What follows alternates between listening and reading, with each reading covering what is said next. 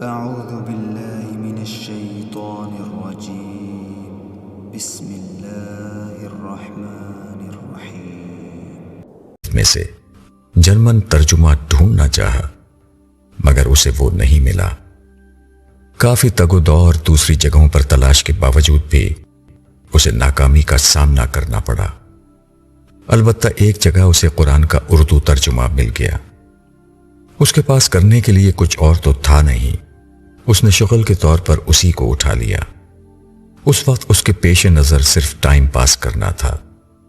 اس نے ایک ستون کے ساتھ بیٹھ کر بغیر کسی شعوری کوشش کے ایک جگہ سے قرآن کھولا۔ یہ سورہ رحمان تھی جو اس کے سامنے تھی۔ یہ سورت شروع ہی ان الفاظ سے ہو رہی تھی: خدائے رحمان نے یہ قرآن سکھایا ہے، اسی نے انسان کو پیدا کیا اور اس کو بولنا سکھایا۔ اس آخری جملے پر وقار رک گیا۔ اس پر اس جملے کا عجیب اثر ہوا۔ وہ چونکہ زبان کی ناواقفیت کے مسئلے کی وجہ سے حال ہی میں اتنی پریشانی سے گزرا تھا، اس لیے اسے احساس ہوا کہ کسی زبان کا بولنا آنا کتنی بڑی نعمت ہے۔ انسان دوسروں کو اپنی بات نہ سمجھا سکے تو زندگی کتنی مشکل ہو جائے گی۔ پھر اس نے پچھلے جملے پر غور کیا: اس نے انسان کو پیدا کیا۔ وقار شادی کے 12 برس بعد تک بھی بے اولاد رہا تھا، اس لیے اس لمحے اسے احساس ہوا کہ انسان کا پیدا کیا جانا کتنی بڑی نعمت ہے۔ خدا نہ چاہے تو کوئی پیدا نہیں ہو سکتا۔ اس سے بڑھ کر کون یہ جان سکتا تھا کہ کسی انسان کی پیدائش کتنی بڑی بات ہے، کیونکہ اس نے اور سونیا نے اولاد کے لیے سارے جتن کر لیے تھے مگر وہ اولاد حاصل نہ کر سکے تھے۔ وقار کی عجیب کیفیت ہو چکی تھی۔ اس نے 2 باتوں کا مطلب سمجھ لیا تھا۔ اس نے پہلی بات کو دوبارہ پڑھا: خدائے رحمان نے یہ قرآن سکھایا ہے۔ اس نے یہ جملہ ایک دفعہ پڑھا، دوسری دفعہ پڑھا، تیسری دفعہ پڑھا۔ پھر اس نے سامنے نظر آنے والے خانہ کعبہ کو دیکھا، پھر قرآن کی اس آیت کو پڑھا۔ اس کی زبان سے بے اختیار نکلا: قرآن کی شکل میں خدائے رحمان بول رہا ہے۔ اسے ایک جھٹکا لگا۔ سونیا کی بیماری کے پورے عرصے میں اس نے بڑی لجاجت اور منت کر کے خدا کی بارگاہ میں رجوع کیا تھا۔ مذہب کے نام پر جو کچھ بھی دستیاب تھا اس کو استعمال کرتے ہوئے اس نے خدا کی بارگاہ میں فریاد کی تھی، مگر خدا کی طرف سے یک طرفہ طور پر بالکل خاموشی رہی تھی۔ اسے کبھی کوئی جواب نہیں ملا۔ خدا مکمل طور پر خاموش رہا تھا، یہاں تک کہ سونیا بے بسی کے عالم میں اسے تنہا چھوڑ کر دنیا سے رخصت ہو گئی۔ یہیں سے اس کے دل میں شک کا بیج پڑنا شروع ہو گیا کہ کیا کوئی خدا موجود بھی ہے؟ یہ ممکن نہیں ہے کہ خدا کو پکارا جائے اور اتنی شدت اور تڑپ کے ساتھ پکارا جائے مگر وہ جواب نہ دے۔ وقار کا فلسفہ بالکل سادہ تھا۔ جب انسان کسی دوسرے انسان کو پکارتا ہے تو وہ لازماً جواب دیتا ہے، یا تو مدد کر دیتا ہے یا پھر اپنا عذر ظاہر کر دیتا ہے، مگر خدا نے اسے جواب دیا نہ اس کی مدد کی۔ خدا کوئی انسان تو ہے نہیں کہ اسے کوئی عذر لاحق ہوتا، وہ تو سب کچھ کر سکتا تھا۔ پھر بھی اس نے وقار کی ایک نہ سنی۔ وقار نے اس کا نتیجہ یہ نکالا تھا کہ نہ کوئی خدا ہے نہ اسے پکارنے کا کوئی فائدہ ہے۔ مگر اس لمحے قرآن مجید کو ہاتھ میں لیے، حرم کعبہ کو سامنے دیکھ کر، قرآن کو زندگی میں پہلی دفعہ اتنے بھرپور انداز میں سمجھتے ہوئے اسے لگا کہ جس خدا کو وہ پکار پکار کر مایوس ہو چکا تھا اس نے یک بیک بولنا شروع کر دیا ہے۔ اس پر ایک دم سے رعب سا طاری ہو گیا۔ اسے لگا کہ خدا اس سے بات کر رہا ہے۔ اس نے اب ٹھہر ٹھہر کر سورہ رحمان کا ترجمہ پڑھنا شروع کیا۔ اس میں آسمان سے لے کر زمین تک پھیلی ان نعمتوں کا ذکر تھا جن پر وقار نے ساری زندگی غور ہی نہیں کیا تھا۔ پڑھتے پڑھتے وہ اس جگہ پہنچا: اے جن و انس، تم اپنے رب کی کس کس نعمت کو جھٹلاؤ گے؟ اس لمحے اسے ایک عجیب سا احساس ہوا۔ اس نے خدا کو صرف مشکل میں پکارا تھا، مگر اس نے اس سے پہلے کبھی غور ہی نہیں کیا تھا کہ خدا نے پہلے ہی اسے کتنا کچھ دے رکھا ہے، حتیٰ کہ جو کچھ اس سے چھنا ہے وہ بھی اصل میں خدا ہی نے دے رکھا تھا۔ گویا مصیبت بھی کسی ایسی نعمت ہی کا نام تھی جو اس سے چھینی ہے۔ جب تک وہ نعمت اس کے پاس تھی اس نے کبھی اس نعمت کا شکر ادا نہیں کیا، مگر جب چھن گئی تو احساس ہوا کہ وہ کیسی عظیم نعمت تھی جو اسے پہلے ہی سے ملی ہوئی تھی۔ اس نے سوچا کہ ابھی نہ جانے اور کتنی نعمتیں ہیں جو اس کے پاس ہیں۔ ایک عربی زبان کے نہ آنے سے اسے کتنے مسائل کا سامنا کرنا پڑا۔ خدا اسے اگر گونگا بنا دیتا تو پھر کیا ہوتا؟ وقار اس احساس سے لرز اٹھا۔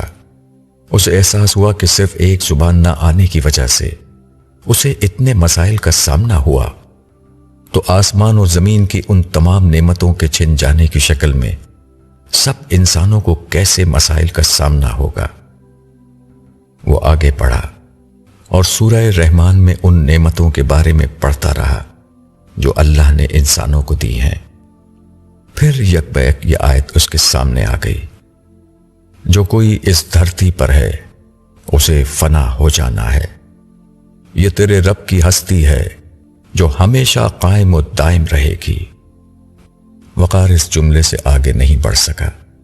وہ آج کے دن تک سونیا کی موت کو قبول نہیں کر سکا تھا، مگر آج اسے احساس ہوا کہ خدا اسے بتا رہا ہے کہ سونیا ہی کو نہیں، سب کو ایک دن مر جانا ہے۔ یہ صرف خدا ہے جو ہمیشہ باقی رہے گا۔ باقی کسی کے لیے کتنی بھی دعا کر لی جائے، جب اس کا وقت آ جائے گا تو اس کی موت کو کسی صورت ٹالا نہیں جا سکتا۔ یہ بات سمجھتے ہی اسے آج یقین آ گیا کہ سونیا مر چکی ہے، اور یہ کہ سونیا کے بارے میں خدا کا فیصلہ آ چکا تھا۔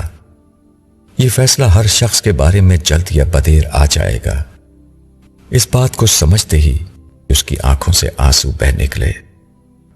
وہ سونیا کی موت سے ایک رات پہلے مصلے پر بیٹھ کر پھوٹ پھوٹ کر رویا تھا۔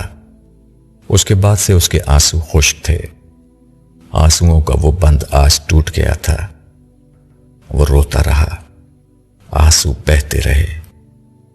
درد کی ایک برفیلی سل تھی جو اس کے اندر جمی ہوئی تھی۔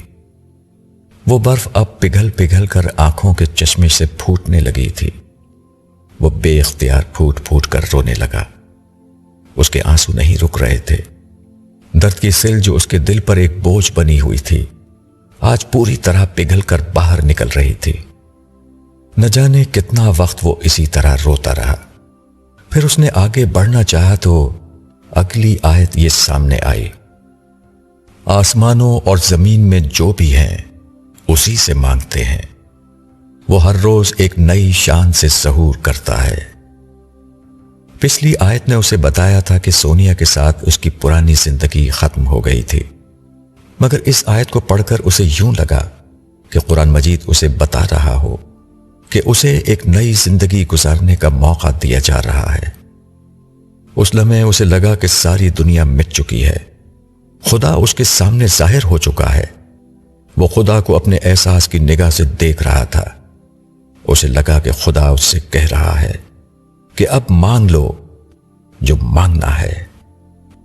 اس کی زبان سے بے اختیار نکلا، پروردگار، اب میں اپنا کاروبار، دولت اور شان و شوکت نہیں مانگ رہا۔ میں سونیا کی موت کی شکل میں دیکھ چکا ہوں کہ سب کو چھوڑ کر جانا ہے، سب کچھ چھوڑ کر جانا ہے۔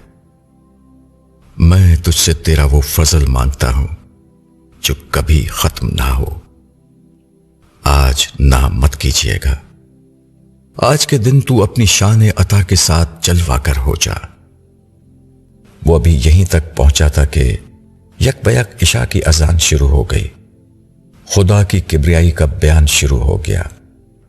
اس نے پہلی دفعہ اذان کو غور سے سنا۔ یہ آواز اتنی دلکش تھی کہ اس کے دل میں اترتی چلی گئی۔ وقار کے آنسو تھم چکے تھے۔ دل کے اندر سکون اور طمانینت کی ایک لہر اتر گئی تھی۔ اس کا سینہ جو 2 برس سے جل رہا تھا اس میں ٹھنڈک پڑ چکی تھی۔ اذان ختم ہوئی تو وقار مسجد سے باہر جانے کے لیے کھڑا ہو گیا، مگر اس دفعہ وہ نماز سے بھاگنے کے لیے باہر نہیں جا رہا تھا، وضو کر کے واپس آنے کے لیے باہر جا رہا تھا۔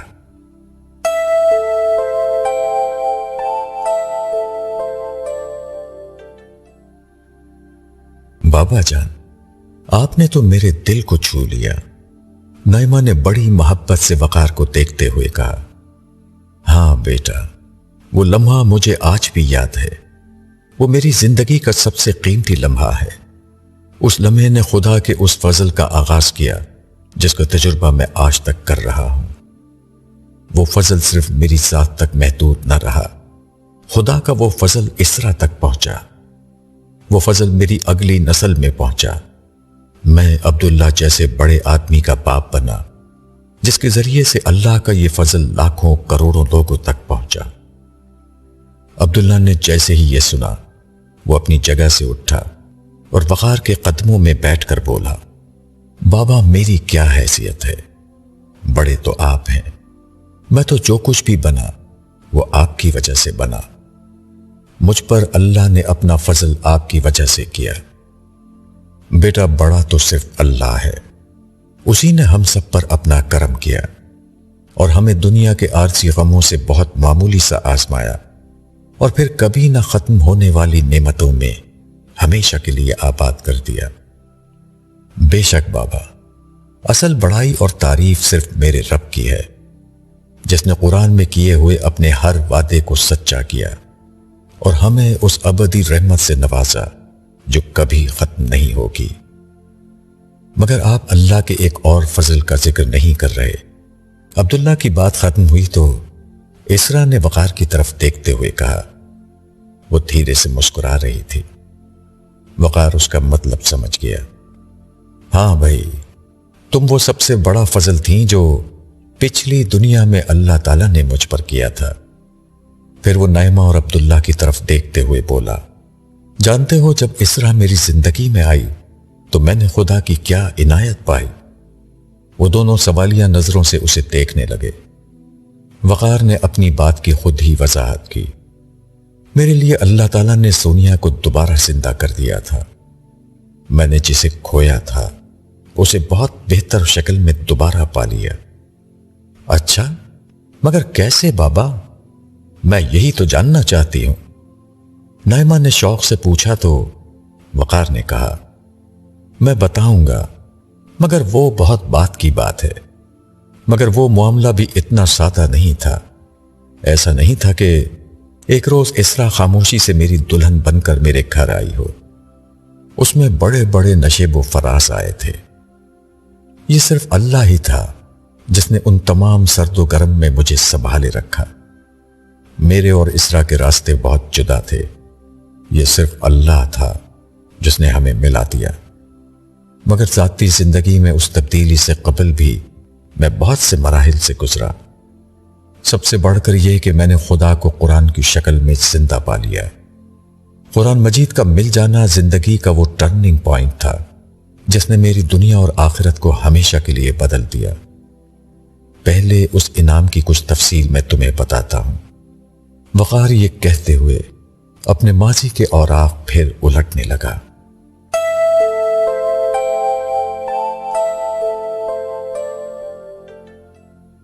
یہ وقار کے مکے میں قیام کے ابتدائی دن تھے۔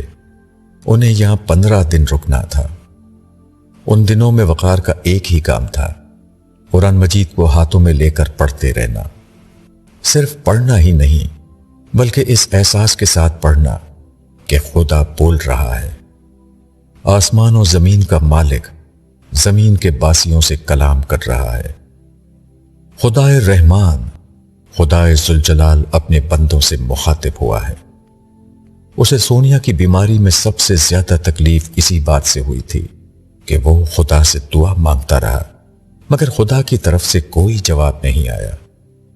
اس وجہ سے اسے خدا کے وجود پر شک پیدا ہو چکا تھا، مگر اب اسے یہ احساس ہو چکا تھا کہ اس دنیا میں کم از کم ایک چیز ہے جہاں وہ خدا کو بولتے ہوئے سن سکتا ہے۔ وقار کے لیے یہ احساس اتنی بڑی چیز تھی کہ وہ قرآن مجید کے سوا ہر دوسری چیز سے بے نیاز ہو چکا تھا۔ صرف نماز کے اوقات میں وہ نماز پڑھتا تھا، اس کے بعد ہر لمحہ وہ کلام الہی کو سامنے رکھ کر اسے سمجھنے کی کوشش کرتا رہتا تھا۔ حرم میں ہونے کا سب سے بڑا فائدہ اسے یہ ہو رہا تھا کہ اسی جگہ پر قرآن مجید پہلی دفعہ نازل ہوا تھا۔ اس نے مذہب میں تو کبھی دلچسپی نہیں لی تھی، مگر اسکول میں پڑھے گئے اسلامیات کے اسباب اسے کچھ نہ کچھ یاد تھے۔ اسے معلوم تھا کہ قرآن حضرت محمد صلی اللہ علیہ وسلم پر 1400 برس پہلے نازل ہوا تھا۔ حضور مکے میں 13 برس رہے اور 2/3 قرآن یہیں پر اترا تھا۔ قریش کے لوگ مشرک تھے، اللہ کو چھوڑ کر غیر اللہ کو معبود بنائے ہوئے تھے۔ قرآن نے ایک خدا کی عبادت کی طرف بلایا تو ابتدا میں صرف چند لوگوں نے ایمان قبول کیا، کیونکہ مکے کے سرداروں نے دعوت توحید کی زبردست مخالفت شروع کر دی تھی۔ مگر قرآن مجید کی تاثیر ایسی غیر معمولی تھی کہ جو شخص اپنے تعصبات سے بلند ہو کر سنتا وہ اس کے سامنے سر جھکانے پر مجبور ہو جاتا تھا۔ اس حقیقت کا تجربہ تو خود وقار کو ہو گیا تھا۔ قرآن مجید کی چند آیات ہی نے اس کے دل و دماغ کو فتح کر لیا تھا۔ وقار سوچتا تھا کہ ترجمے کا یہ عالم ہے تو اصل عربی زبان نے ان لوگوں پر کیا قیامت ڈھائی ہوگی جو اس کا ذوق رکھتے تھے۔ رفتہ رفتہ مسلمان بڑھتے چلے گئے، مگر اس کے ساتھ کفر کرنے والے سرداروں نے ان پر ظلم و ستم شروع کر دیا۔ لیکن یہ قرآن مجید کی تاثیر تھی کہ لوگ ہر طرح کا ظلم سہتے، برا بھلا سنتے، مگر حق سے نہیں پھرتے تھے۔ یہی وہ پوری صورتحال ہے جس پر تقریباً 2/3 قرآن میں تبصرے کیے گئے ہیں۔ اس میں رسول اللہ صلی اللہ علیہ وسلم کی دعوت بیان ہوئی ہے، اس کے دلائل ہیں، مخالفین کو تنبیہ کی گئی ہے، پچھلی قوموں کے واقعات سنا کر ان کو خدا کے عذاب سے ڈرایا گیا ہے، ماننے والوں کو خوشخبری دی گئی ہے۔ وقار چونکہ اس پس منظر سے واقف تھا، اس لیے اس نے مکے میں رہتے ہوئے قرآن کے مطالعے کا ایک بہت ہی مختلف طریقہ اختیار کیا۔ قرآن کی ہر سورت پر لکھا تھا کہ کون سی سورت مکی ہے اور کون سی مدنی۔ چنانچہ جیسے ہی کوئی مدنی سورت آتی وہ اسے چھوڑ دیتا اور صرف مکی صورتیں پڑھتا۔ وقار مکی صورتیں پڑھتا اور تصور کی آنکھ سے یہ دیکھتا تھا کہ اس وقت رسول اللہ صلی اللہ علیہ وسلم حرم میں کھڑے ہو کر قرآن سنا رہے ہیں۔ مسلمان اور کفار دونوں اپنے اپنے پہلوؤں سے قرآن کو سن رہے ہیں۔ وقار نے یہ کام قرآن مجید کو اس کے تاریخی پس منظر میں سمجھنے کے لیے کیا تھا، مگر اس کا ایک حیرت انگیز فائدہ اسے ہوا۔ اسے قرآن مجید کی بنیادی دعوت بڑی آسانی سے سمجھ میں آ گئی۔ یہ دعوت ایک خدا کی بندگی کرنے اور آخرت کی ابدی کامیابی حاصل کرنے کی دعوت تھی۔ ظاہر ہے کہ وہ کوئی عالم نہیں تھا، کئی مقامات اسے پوری طرح سمجھ میں نہیں آتے تھے، مگر وہ اس سے پریشان نہیں ہوا۔ اس کی وجہ یہ تھی کہ جو بات اصلاً قرآن سمجھانا چاہتا تھا وہ اول تو بہت واضح تھی، دوسرے یہ کہ اس واضح بات کو اللہ تعالیٰ نے قرآن میں اتنی دفعہ اور اتنے مختلف طریقوں سے دہرایا ہے کہ کوئی احمق سے احمق شخص بھی ان کی اصل بات سمجھنے میں غلطی نہیں کر سکتا تھا۔ وقار تو پھر بہت ذہین اور پڑھا لکھا آدمی تھا۔ اس اصل بات کو سمجھنے کے لیے کوئی عالم، کوئی مفتی، کوئی فقیہ ہونا ضروری نہیں تھا۔ یہ اصل بات ایمان و اخلاق کی دعوت تھی۔ اسے یہ بات سمجھنے میں کوئی مشکل نہیں آئی کہ اللہ تعالیٰ کے نزدیک وہ دنیا بالکل بھی اہم نہیں جس کے لیے لوگ جیتے مرتے ہیں۔ ان کا سارا زور آخرت کی کامیابی پر ہے، اور جو ان کے نزدیک اصل زندگی ہے وہ اس دنیا کو بس امتحان گاہ سمجھتے ہیں۔ یہاں کے تمام اچھے برے حالات صرف اور صرف امتحان ہیں۔ وقار نے مکے میں رہتے ہوئے درجنوں دفعہ مکی قرآن کو پڑھ ڈالا۔ ہر بار اس پر اصل بات واضح ہوتی چلی گئی۔ بار بار پڑھنے کے بعد اس پر نہ صرف اللہ کا اصل پیغام بالکل واضح ہو گیا، بلکہ یہ بھی معلوم ہو گیا کہ جنت کی جس منزل کی طرف وہ انسانوں کی رہنمائی کر رہے ہیں، اس منزل تک پہنچنے کا راستہ کیا ہے۔ یہ راستہ وہ اعلیٰ اخلاقی عمل تھا جس کی تفصیل قرآن نے کئی مقامات پر دہرائی ہے، اور جسے سینکڑوں جگہ قرآن نے اجمالاً ایمان و عمل صالح کہا ہے۔ قرآن مجید کے بار بار کے مطالعے سے وقار نے یہ جان لیا تھا کہ ایمان کچھ اعتقادی چیزوں کو بس مان لینے کا نام نہیں، بلکہ اللہ کی ہستی انسان کی زندگی کا مرکزی خیال بن جائے، آخرت کی ابدی کامیابی انسان کا مقصود بن جائے، اور اس کے رسول حضرت محمد مصطفیٰ صلی اللہ علیہ وسلم کی تعلیمات اور آپ کی سیرت انسان کی شخصیت بن جائے۔ یہ ایمان کی اصل تھی۔ عمل صالح وہ عمل تھا جسے عام طور پر اعلیٰ اخلاقی عمل کہا جاتا ہے، اور جو عملاً رسول اللہ صلی اللہ علیہ وسلم کی سیرت اور قرآن مجید کی عملی تعلیم تھی، یعنی ایک اللہ کی شکر گزاری کے لیے تنہا اسی کی عبادت، والدین، رشتہ داروں، غریبوں، مسکینوں کے ساتھ حسن سلوک، صبر، احسان، عدل، ایفاء عہد، امانت و دیانت، سچائی کو اختیار کرنا، اور لوگوں پر ظلم و زیادتی، ان کی حق تلفی اور صنفی بے راہ روی وغیرہ سے پرہیز۔ مکے کے قیام کا پورا ہفتہ ایسے ہی گزر گیا۔ وقار تھا اور قرآن مجید کو پڑھنے اور سمجھنے کا عمل۔ دوسری طرف وقار کی والدہ کا ایک ہی کام تھا جو انہوں نے یہاں آتے ہی شروع کر دیا تھا۔ وہ کام اپنے بیٹے کے لیے یہ دعا تھی کہ خدا اس کا گھر آباد کر دے، اس کی تباہ حال زندگی کو ٹھیک کر کے اسے دنیا و آخرت کی بھلائی دے۔ ماں اور بیٹا پورا ہفتہ اپنے اپنے کاموں میں لگے رہے۔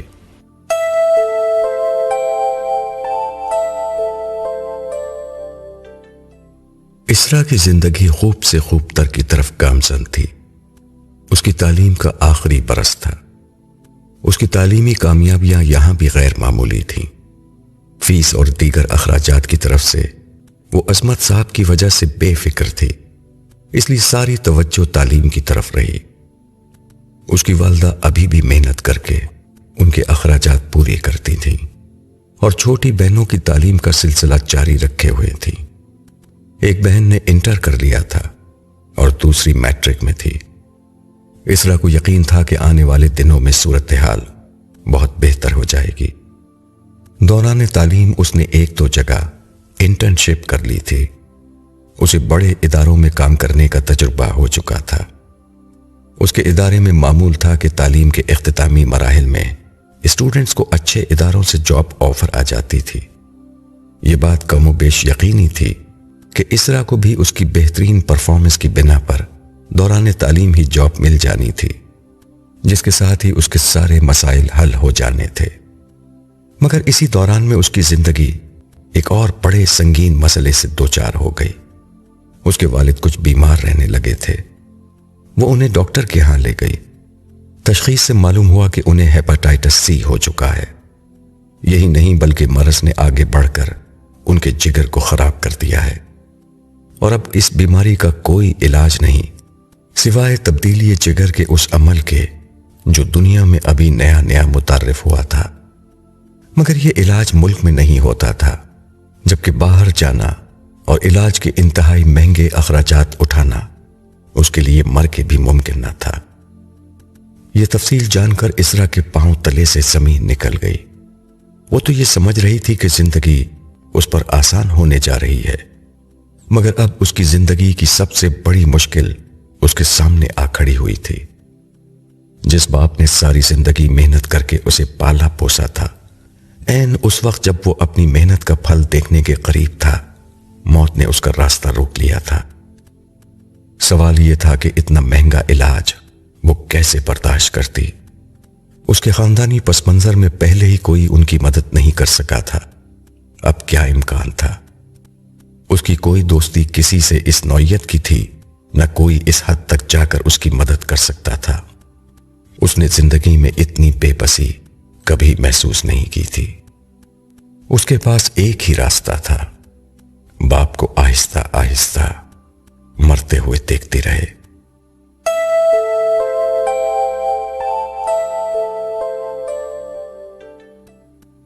مدینے آ کر وقار کا معمول وہی رہا جو مکے میں تھا، یعنی نماز کے علاوہ صرف اور صرف قرآن پڑھنا، مگر اس دفعہ وہ مدنی قرآن پڑھ رہا تھا۔ یہ کم و بیش 1/3 قرآن تھا جو مدینے میں نازل ہوا تھا۔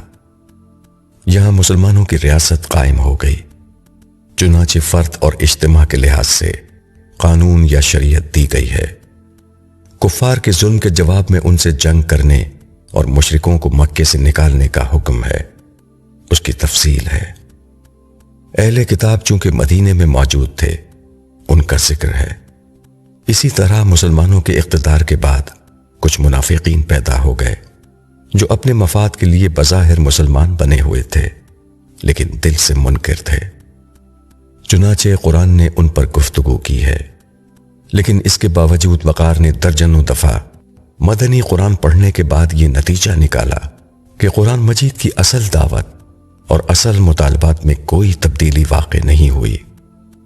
وہی ایمان کی دعوت، وہی اخلاق عالیہ کی دعوت، وہی غیر اللہ سے دل کو ہٹا کر خدا کی یاد کو زندگی بنانا، وہی دنیا کو امتحان گاہ سمجھ کر اس میں فلاح و آخرت کی فصل بونا، وہی خدا کی بندگی، خدا کی راہ میں خرچ، کمزور طبقات پر رحم، حسن سلوک، وہی عدل، وہی احسان، وہی صدق و وفا۔ قرآن کی اصل دعوت بالکل وہی تھی، دنیا میں رہ کر دنیا کی نجاستوں سے بچنا اور آخرت کی فلاح کو اپنا مقصود بنانا۔ البتہ مدنی قرآن میں شریعت کے قوانین بھی دے دیے گئے کہ لوگ انفرادی اور اجتماعی زندگی میں بھی خدائی احکام کی پیروی کریں۔ ان کی پابندی کرنا بھی ایمان کا تقاضا تھا، لیکن خود شریعت کا مقصد یہی تھا کہ ایمان و اخلاق کے بعض مطالبات کو قانونی شکل دے دی جائے، جیسے ذکر کثیر کے لیے 5 وقت نماز، ظلم کے خاتمے کے لیے جہاد اور بدکاری سے بچانے کے لیے مرد و زن کے اختلاط کے موقع پر اختیار کیے جانے والے کچھ احکام دیے گئے تھے۔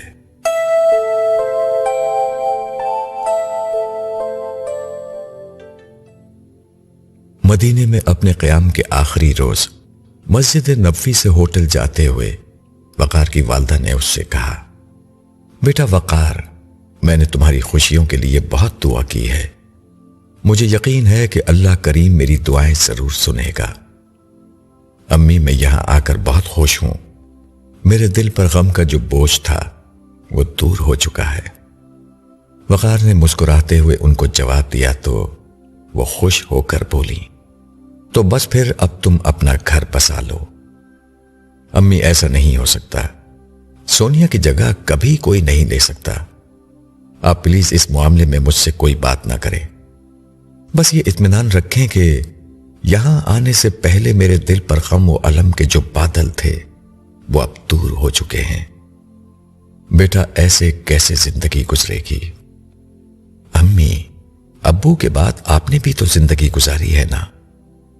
وہ ٹھیک ہے بیٹا، مگر میرے پاس تم تھے، اولاد کا سہارا بہت بڑی چیز ہوتی ہے۔ امی، میرے پاس اب خدا کا سہارا ہے، خدا کا سہارا سب سے بڑی چیز ہوتی ہے۔ پھر اب مجھے جنت کی منزل مل گئی ہے، مجھے اس منزل کو پانے کی جد و جہد کرنا ہے۔ جہاں تک اولاد کا تعلق ہے تو اولاد کی خواہش کا گلا میں سونیا کی زندگی ہی میں کھونٹ چکا تھا۔ تم سے تو بات کرنا فضول ہے، میں نے تو بس اب اپنے اللہ سے لو لگا لی ہے، وہی تمہارا دل بدل دے گا۔ اس کی والدہ نے قدر جھلا کر کہا۔ اس پر اس نے نرمی سے انہیں سمجھایا، آپ اطمینان رکھیں امی، اس نے میرا دل بدل دیا ہے، اب میں بہت سکون سے ہوں۔ اللہ تمہیں سکون سے رکھے بیٹا، میری تو بس یہی دعا ہے، بس آپ میرے لیے دعا کرتی رہیں، یہی کافی ہے۔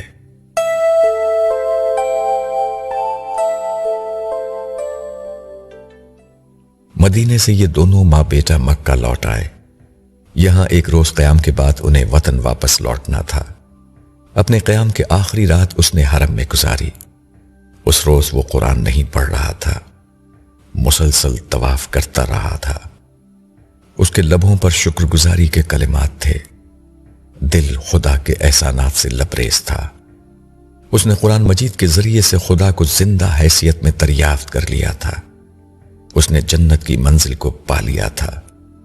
اسے اس منزل تک پہنچنے کا راستہ بھی معلوم ہو چکا تھا، گرچہ سونیا کی یاد ایک کانٹے کی طرح اس کے دل میں کھٹکتی تھی، مگر قرآن مجید سے اس نے یہ سیکھا تھا کہ صبر کا اجر بے حساب ہے۔ یہ احساس ایک مرہم بن کر اس کے لیے زندگی گزارنے کا سامان بن گیا تھا۔ فجر سے قبل جب وہ تھک گیا تو حرم کے سامنے بیٹھ کر اسے دیکھنے لگا۔ اس کی آنکھوں سے بے اختیار آنسو بہہ رہے تھے۔ اس کے لبوں پر دعا آ گئی، پروردگار تیرا شکر ہے کہ تو نے موت سے قبل مجھے قرآن مجید تک پہنچا دیا۔ تیرا منصوبہ، تیری مرضی جو تو نے بالکل واضح انداز میں اپنی کتاب میں بیان کی ہے، میں سمجھ چکا ہوں۔ میں گواہی دیتا ہوں کہ تیرے رسول نے سچ مجھ تک پہنچا دیا ہے۔ پروردگار، میں نے اپنا ماضی بڑی غفلت میں گزار دیا۔ میں اگر ایسے ہی مر جاتا تو میں کبھی تیری جنت کو نہیں حاصل کر پاتا، مگر اب مجھے بدلنا ہے۔ جو تیرے مطالبات ہیں، جو قرآن کا مطلوب انسان ہے، وہ مجھے بننا ہے، کیونکہ اس کے بغیر نجات کا تصور خود کو دھوکہ دینے کے مترادف ہے۔ قیامت کے دن تو صاف صاف کہہ دے گا کہ تو نے لوگوں کو ہر بات بالکل واضح طور پر اپنی کتاب میں لکھ کر بتائی تھی۔ اس کے بعد بھی لوگ درست راہ نہ پائیں تو غلطی صرف انہی کی ہے۔ قرآن مجید کے نازل ہونے کے بعد اب کوئی یہ نہیں کہہ سکتا کہ وہ ہدایت کو نہیں جان سکا۔ پروردگار، مجھے اپنی اصلاح اور اپنی تربیت کا عمل شروع کرنا ہے۔ تو میری مدد فرما اور اس راہ کو مجھ پر آسان کر دے۔ میں اپنی سابقہ زندگی سے توبہ کرتا ہوں۔ تو مجھے ایک نئی زندگی گزارنے کا موقع دے تاکہ میں روز قیامت تیرا قرب حاصل کر سکوں۔ میں قرآن کی دعوت کو اپنی شخصیت بنانا چاہتا ہوں۔ تو اس راہ کے ہر قدم پر میری مدد فرما۔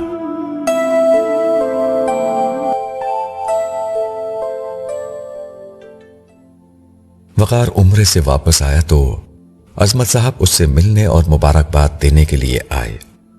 ابتدائی گفتگو کے بعد انہوں نے ایک لفافہ اس کی طرف بڑھاتے ہوئے کہا، یہ آپ کی ایک امانت تھی جو میں آپ تک پہنچا رہا ہوں۔ یہ کیا ہے؟ اس نے حیرت سے دریافت کیا۔ یہ اسی اسٹوڈنٹ اسرا کی طرف سے میڈم سونیا کے نام ایک خط ہے جس کی تعلیم کے اخراجات آپ 4 برسوں سے اٹھا رہے ہیں۔ میرے آفس میں آ کر اس نے مجھے تاکید سے یہ خط میڈم سونیا تک پہنچانے کے لیے کہا تھا۔ آپ اسے بتا دیتے کہ سونیا کا انتقال ہو چکا ہے۔ اس برس اس کی تعلیم بھی پوری ہو رہی ہے۔ شاید اس نے میڈم کے نام شکریہ کا خط لکھا ہے۔ میں نے سوچا کہ اب اس کا تعلق ویسے ہی ہم سے ختم ہو رہا ہے تو اسے کیا بتاؤں کہ میڈم اس دنیا میں نہیں رہی۔ ویسے وہ ابھی تک یہی سمجھتی ہے کہ میڈم زندہ ہیں اور اس کی تعلیم کے اخراجات وہی اٹھا رہی ہیں، شاید اس لیے کہ اس کا پورا انٹرویو میڈم نے لیا تھا اور آپ خاموش بیٹھے رہے تھے۔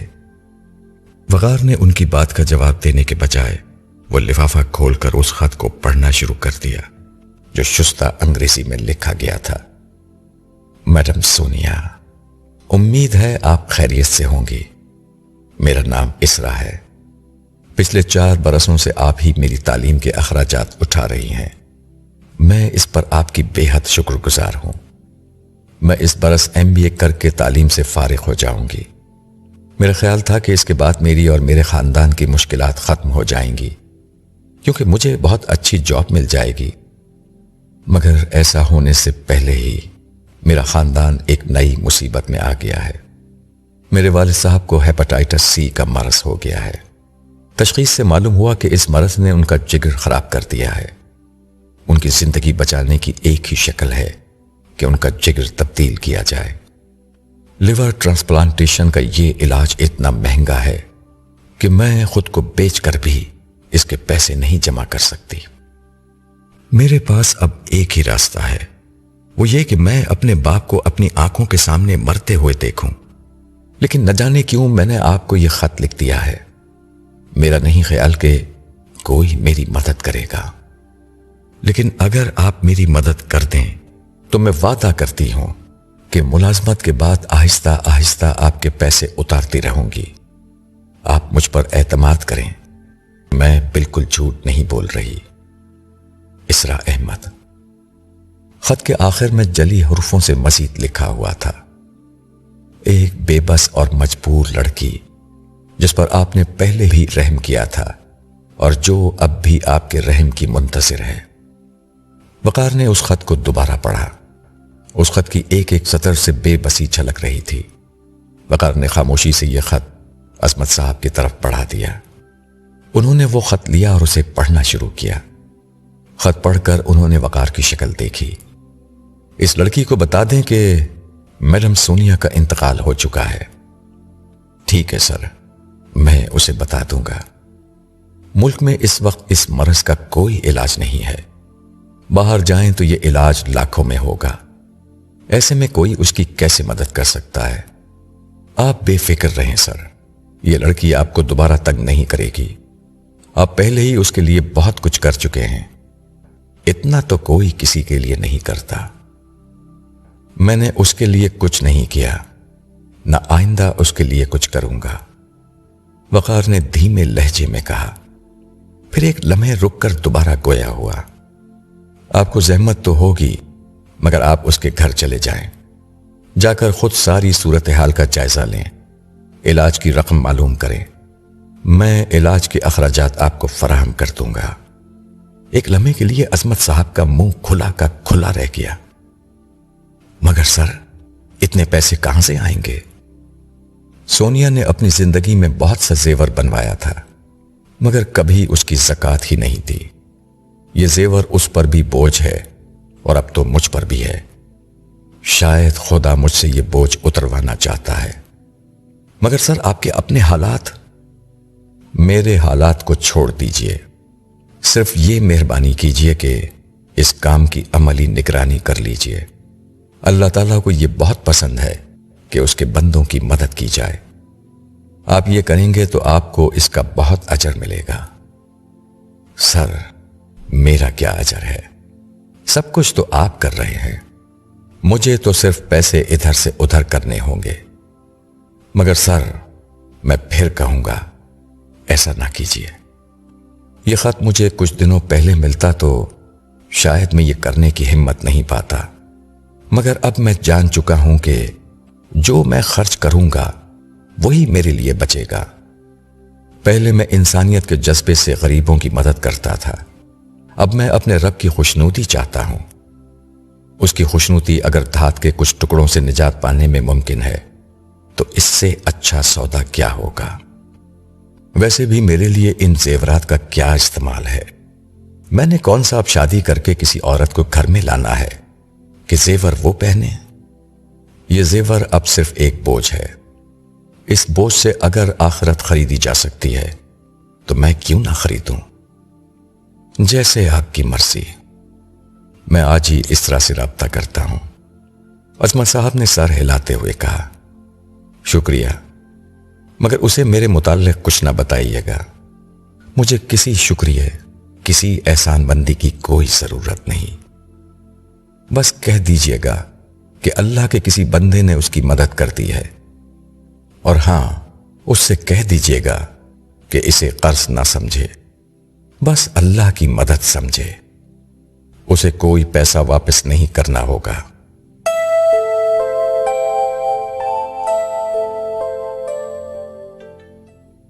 عصمت صاحب کی بات سن کر اسرا کو یقین ہی نہیں آیا کہ ایسا ممکن ہو سکتا ہے۔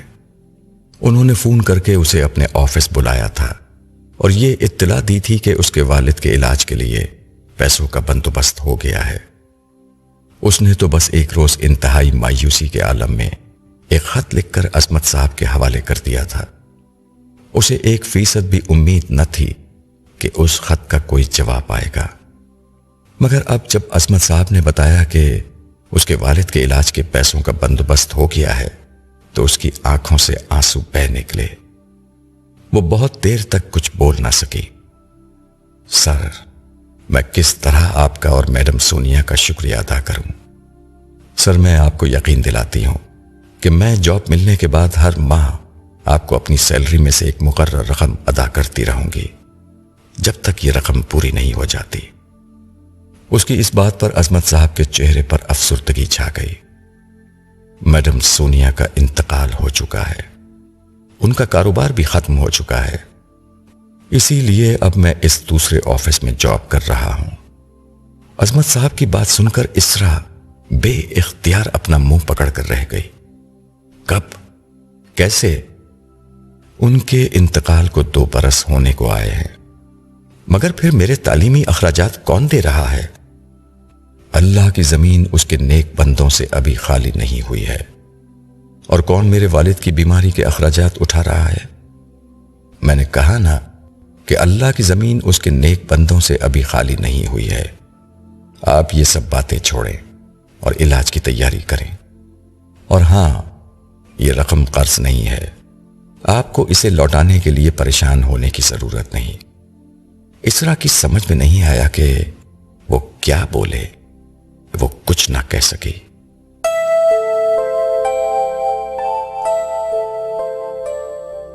عظمت صاحب وقار کے سامنے بیٹھے ہوئے تھے۔ وہ اسرا کے معاملے کی تفصیل اسے بتا رہے تھے۔ سر، اسرا کا مسئلہ حل ہو گیا ہے، اس کے والد کا علاج شروع ہو گیا ہے۔ آپ نے بہت بڑا ایثار کیا ہے۔ میں نے کچھ نہیں کیا، اس دنیا میں کوئی کسی کے لیے کچھ نہیں کرتا۔ یہ اللہ تعالیٰ ہیں جو لوگوں کو استعمال کر کے معاملات کراتے ہیں۔ یہ تو آپ کی بڑائی ہے، بڑائی صرف اللہ کے لیے ہے عظمت صاحب، بڑائی صرف اللہ کے لیے ہے۔ وقار نے عظمت صاحب کی بات کاٹتے ہوئے فوراً کہا، پھر انہیں غور سے دیکھتے ہوئے بولا، عظمت صاحب، ہم سب بہت بڑے دھوکے میں مبتلا ہیں۔ سونیا کی موت نے مجھے یہ سمجھا دیا ہے کہ ہم سب بہت بڑے فریب میں پڑے ہوئے ہیں۔ ہم اس دنیا کو سب کچھ سمجھ کر جیتے ہیں، ہم اس کو اپنی منزل بنائے رہتے ہیں، یہاں تک کہ ایک روز بالکل اچانک موت ہمیں اس دھوکے سے نکال کر حقیقی دنیا میں لے جاتی ہے، خدا اور آخرت کی دنیا میں لے جاتی ہے۔ اس وقت ہمیں معلوم ہوتا ہے کہ پچھلی دنیا ایک دھوکے کے سوا کچھ نہیں تھی۔ مگر سر، یہ دنیا تو ایک حقیقت ہے نہیں، مگر لگتی ہے۔ یہی ہمارا اصل کام ہے، نظر نہ آنے والے غیبی حقائق کو دریافت کرنا قبل اس کے کہ وہ سر کی آنکھوں سے نظر آنے لگیں۔ حقیقت وہی ہے جو قرآن میں بیان ہوئی ہے، مگر کوئی قرآن کی اس پکار کو سننے کے لیے، اسے اہمیت دینے کے لیے تیار نہیں ہے۔ تو پھر یہ دنیا، یہ امتحان گاہ ہے، اس میں ہمارے عقلی وجود کا، ہمارے اخلاقی وجود کا امتحان ہو رہا ہے۔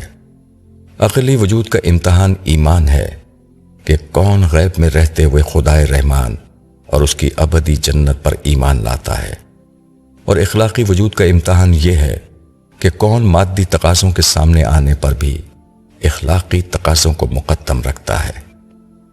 اس کو عمل صالح کہتے ہیں۔ سر، آپ پہلے تو ایسے نہیں تھے۔ عظمت صاحب کے لیے وقار کی باتیں بالکل نہیں تھیں۔ وہ پہلے بھی ایک اچھا انسان تھا، مگر اب اس میں جو گہرائی انہیں نظر آ رہی تھی وہ ان کے لیے بالکل نہیں تھی۔ ان کے سوال پر وقار نے جواب دیا، عمرے کا سفر میرے لیے ایک بہت بڑی نعمت ثابت ہوا۔ دنیا کے بارے میں میرا زاویہ نظر مکمل طور پر بدل چکا ہے۔ میں نے خدا کو بولتے ہوئے دیکھ لیا ہے، میں نے قرآن مجید کو دریافت کر لیا ہے۔ یہ دریافت کر لیا ہے کہ قرآن مجید اصلاً آخرت کی طرف بلاتا ہے۔ مگر سر، ہم دنیا کیسے چھوڑ سکتے ہیں؟ عظمت صاحب نے ایک اور سوال کیا۔ دنیا کو چھوڑنا نہیں ہے، اصل بات یہ ہے کہ آخرت کی فلاح کے لیے جو شرائط قرآن نے پیش کی ہیں اس کے لازمی نتیجے کے طور پر ایسے انسان وجود میں آتے ہیں جو دنیا کو بھی جنت بنا دیتے ہیں۔ صحابہ کرام اور خلافت راشدہ کی ساری عظمت اسی حقیقت میں پوشیدہ تھی کہ وہ قرآن مجید کی چلتی پھرتی اور زندہ عملی تصویریں تھے۔ یہی دنیاوی جنت حضرت داؤد اور حضرت سلیمان کے بے مثال کردار نے قائم کی تھی۔ میں نے خود کو اس رخ پر ڈھالنے کے لیے تیار کر لیا ہے، اور اب اس مقصد سے قرآن مجید کا دوبارہ مطالعہ شروع کر دیا ہے کہ اللہ تعالیٰ اپنے بندوں سے کس قسم کے کردار کی توقع رکھتے ہیں۔ تو پھر آپ شادی کر کے دوبارہ کاروبار کیوں نہیں شروع کر دیتے؟ دیکھیے، میں شادی نہ کر کے دنیا نہیں چھوڑ رہا۔ شادی کرنا نہ کرنا میرا ذاتی فیصلہ ہے۔ اس فیصلے کی وجہ یہ ہے کہ اول تو مجھے اب شادی میں کوئی دلچسپی نہیں رہی ہے۔ میں کوئی 18-20 سال کا نوجوان بھی نہیں ہوں، عورت جس کی لازمی ضرورت ہوتی ہے۔ رہا کاروبار، تو اس کے لیے سرمایہ اب میرے پاس بچا نہیں ہے۔ ملازمت کرنے کا میرا مزاج نہیں ہے۔ میں کسی کا ملازم نہیں بن سکتا۔ یہ برداشت نہیں کر سکتا کہ کوئی مجھے حکم دے۔ پھر میرے پاس اتنے وسائل ابھی باقی ہیں کہ سادہ سطح پر اچھی زندگی گزار سکتا ہوں۔ اس لیے میں دنیا نہیں چھوڑ رہا ہوں۔ جس دنیا کی مجھے ضرورت نہیں، میں صرف اس کو چھوڑ رہا ہوں، اور وہ بھی ایک بڑے مقصد کے لیے۔ وہ مقصد کیا ہے سر؟ عظمت صاحب کی سمجھ میں یہ تو آ گیا تھا کہ وہ شادی اور ملازمت وغیرہ کیوں نہیں کرنا چاہتا، مگر ان کی دلچسپی اس بات کو جاننے میں تھی کہ وقار کے سامنے کیا مقصد ہے۔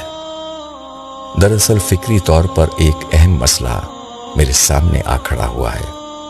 میں نے قرآن مجید میں ایک بہت بڑی سچائی کو دریافت کیا ہے، مگر میں نے قرآن مجید کو کسی غار سے دریافت نہیں کیا ہے۔ یہ مسلمانوں کے ہر گھر میں موجود ہے۔ مجھے سمجھ میں نہیں آ رہا کہ جو بات میں سمجھا ہوں وہ اور لوگ کیوں نہیں سمجھتے۔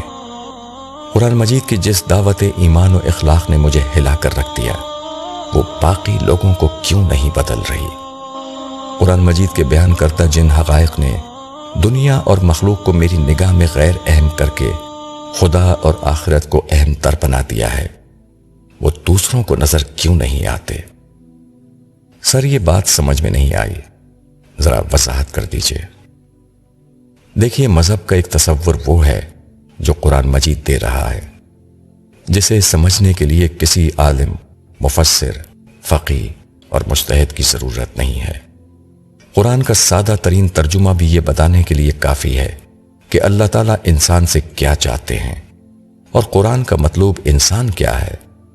مگر دوسری طرف عملی طور پر جو مذہبی روایات اور مذہبی تصورات موجود ہیں، وہاں پر ان چیزوں کو کوئی خاص اہمیت نہیں دی جاتی۔ اس کے بجائے لوگ دیگر چیزوں میں الجھے رہتے ہیں۔ عظمت صاحب نے اس بات میں سر ہلایا۔ وقار بولتا رہا۔ میں سونیا کی بیماری کے چند مہینوں میں اس پوری مذہبی فکر سے عملاً متعلق رہا ہوں، مگر وہاں قرآن مجید کی اصل تعلیم کو میں نے بالکل غائب پایا تھا۔ ان لوگوں کے کردار میں بھی قرآن مجید کی تعلیم کے اثرات کم ہی نظر آئے۔ ایسا کیوں ہوا ہے؟ میں نے اس مسئلے کو سمجھنے کا فیصلہ کر لیا ہے۔ یہ ایک طویل فکری جد و جہد ہے جو اب مجھے کرنی ہے، اور یہ فکری جد و جہد اس عملی جد و جہد کے علاوہ ہے جو قرآن کا مطلوب انسان بننے کے لیے مجھے ساری زندگی کرنی ہوگی۔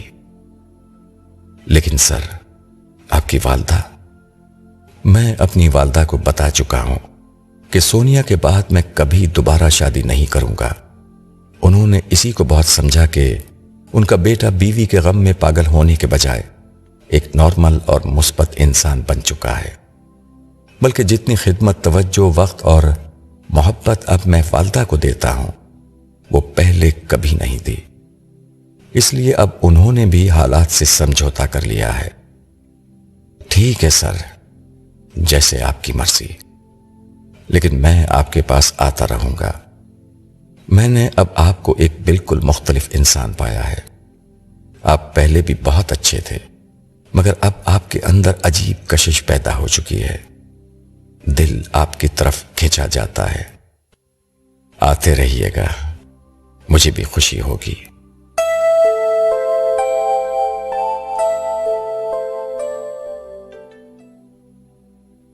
اسرا کے والد کا علاج ہو گیا اور وہ تندرست ہو کر گھر آ گئے۔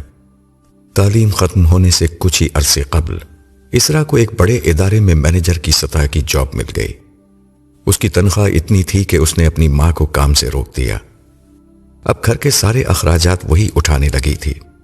یہ تنخواہ اسرا کے گھرانے کے لیے کافی تھی، مگر اسرا کے عزائم بہت بلند تھے۔ وہ اپنے کیریئر کی بلندی پر جانا چاہتی تھی، چنانچہ وہ جز وقتی طور پر مختلف کورسز کر کے اپنی قابلیت بڑھاتی رہی، جس کے بعد مختلف اداروں میں اعلیٰ پوزیشن کے دروازے اس پر کھل گئے۔ اس نے بہت مختصر عرصے میں غیر معمولی ترقی کر لی۔ اس ترقی میں اس کی تعلیمی قابلیت کے علاوہ اس کی صلاحیت اور اس نئی شخصیت کا بھی عمل دخل تھا جو رفتہ رفتہ پیدا ہوتی چلی گئی تھی۔ پرانی سادہ اطوار اور کمزور نظر آنے والی اسرا تو نہ جانے کہاں رہ گئی تھی۔ نئی اسرا ایک انتہائی مختلف شخصیت تھی۔ اس کے ذہن کے کسی گوشے میں سونیا ہی آئیڈیل تھی۔ اس نے ظاہری انداز کم و بیش ویسا ہی اختیار کیا تھا۔ اس کا لباس ملٹی نیشنل کمپنیوں کے ماحول کے مطابق ہوا کرتا تھا۔ ساتھ میں اس نے بال کٹوا لیے اور انہیں ڈائی کروا کے جدید تراش خراش کا وہی حلیہ اختیار کر دیا جو کبھی اس نے سونیا میں دیکھا تھا۔ وہ دیکھنے میں جتنی پرکشش ہو چکی تھی، اس نے اپنی شخصیت کے گرد اتنے ہی حصار بنا لیے تھے۔ لوگ اس میں کشش محسوس کرتے تھے، مگر ساتھ کام کرنے والے کسی مرد کی ہمت نہیں تھی کہ اس کے قریب آنے کی کوشش کرے۔ وہ ایک سخت گیر ایڈمنسٹریٹر، تخلیقی صلاحیت رکھنے والی ایک منصوبہ ساز اور لوگوں کو اپنی بات پر قائل کر لینے والی مقرر بن چکی تھی۔ اس میں وہ ساری قابلیت اور صلاحیت تھی جن کی بنیاد پر لوگ کیریئر میں ترقی کرتے ہیں۔ اس لیے تعلیم کے بعد صرف 5 سال کے مختصر عرصے میں وہ ایک بہت بڑی ملٹی نیشنل کمپنی کی اپنے شعبے میں کنٹری ہیڈ بن چکی تھی۔ اس کی تنخواہ بہت زیادہ ہو چکی تھی۔ یوں ایک شاندار کیریئر حاصل کرنے کا اس کا خواب پورا ہو چکا تھا۔ اس نے اپنے ہی نہیں، اپنے گھر والوں کے خواب بھی پورے کر دیے تھے۔ دونوں چھوٹی بہنوں کی تعلیم پوری ہو چکی تھی۔ وہ بڑی والی کی شادی کر چکی تھی، جبکہ چھوٹی کی بات طے ہو چکی تھی۔ تاہم اس کے والد یہ خوشیاں نہیں دیکھ سکے تھے۔ لیور ٹرانسپلانٹ کے 2 برس بعد ہی ان کا انتقال ہو گیا تھا۔ البتہ والدہ ابھی تک حیات تھیں، مگر ان کی صحت بھی تیزی سے خراب ہونے لگی تھی۔ ان کی ایک ہی خواہش تھی کہ اسرا کی شادی ہو جائے، مگر اسرا کا اصرار تھا کہ پہلے چھوٹی بہن کی شادی کی جائے، اس کے بعد اس کی پسند کا کوئی ملا تو وہ شادی کرنے کا سوچے گی۔ اس کی پسند بھی اپنی جیسی ہی تھی، کوئی ایسا شخص جو اپنے کیریئر کے عروج پر ہو اور جس کے ساتھ مل کر وہ دنیا کو فتح کر لے۔ تاہم والدہ کی خراب صحت کو دیکھتے ہوئے اس نے چھوٹی بہن کی شادی فوراً کر دی تھی۔ بہن کی شادی کو زیادہ عرصہ نہیں گزرا تھا کہ والدہ کا انتقال ہو گیا تھا۔ یہ سب کچھ پچھلے 2 ماہ ہی میں ہوا تھا۔ اسرا اب دنیا میں اکیلی رہ گئی تھی۔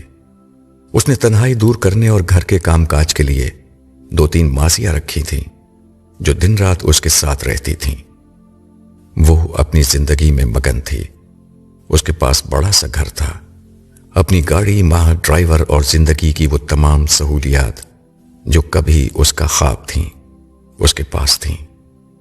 اس نے اپنے سارے خواب بہت چھوٹی عمر میں پا لیے تھے۔